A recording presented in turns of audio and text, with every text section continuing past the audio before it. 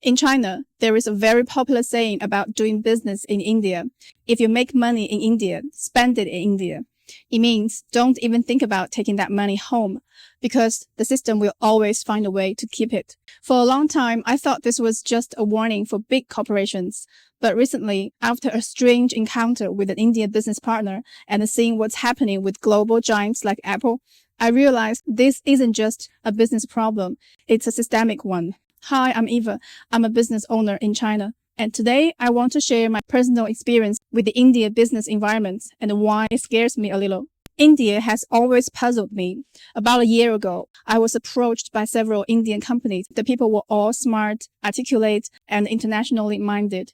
They made me feel like India was already a mature, industrialized market. One of them stayed in touch and purchased several samples from me. But then a small incident made me pause. One day, they urgently needed extra samples and negotiated aggressively on price. After hours of negotiations, we finally agreed, and my team worked all weekend to prepare them. Usually, for urgent orders, I might ship before payment to help a partner, but something told me to wait. When I followed up on payments in the next few days, they disappeared. No explanation, no apology. But that's not the end. A few months later, they returned as if nothing had happened, proposing we build production lines together in India. By together, what they really meant was we share years of our technical expertise worth millions of dollars, I think, for free, and they would pay us royalties whenever they make a sale. In other words, I only get paid if they succeed. So I told them we needed upfront guarantees, and they disappeared again. It wasn't just a lack of professionalism, it was the philosophy. In business, win-win means both sides benefit. But here, it felt like win-win meant they need to win twice, while I take all the risk. There's no mutual benefits whatsoever. And when I saw the recent Apple antitrust case in India, it resonated with my feelings. It seems the whole country wants to win eagerly, but without the pain and effort. In my last video, I mentioned that India wanted to skip the manufacturing phase and enter the service economy directly. Some argue India is already industrializing with companies like Apple. Indeed, a few years ago, thanks to the trade war between the US and China, many companies in China moved somewhere safer from geopolitics, with cheap labor and a business-friendly government. India was a popular choice. But look closer.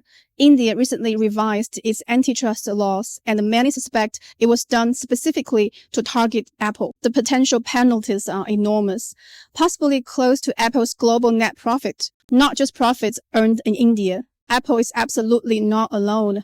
Lots of Chinese companies have had to pay all kinds of penalties and also had to bear huge losses in the end. Factories are 10-year or 20-year investments. Once you build the line and train the workers, you are stuck. India's government understands this and is not hesitant to kill the chicken to get the egg. Among the business owners I know in China, almost nobody considers investing in India anymore. Manufacturing hates uncertainty more than almost anything else, no matter how cheap labor and operation costs appear to be. This is a deep-rooted issue. Some say it's the bureaucracy inherited from the British era. Some say the government is too poor and the salaries are too low, giving people incentives to act this way.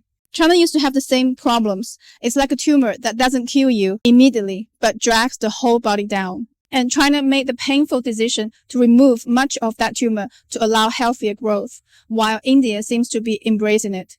Strangely, I like Indian people. Maybe because they're relaxed, direct, and don't embarrass easily, with a special sense of humor. While most Chinese people are uptight, serious, and heavy-minded, Indian life feels more like real life to me. I really can't wait to see how India turns out to be in 5 years.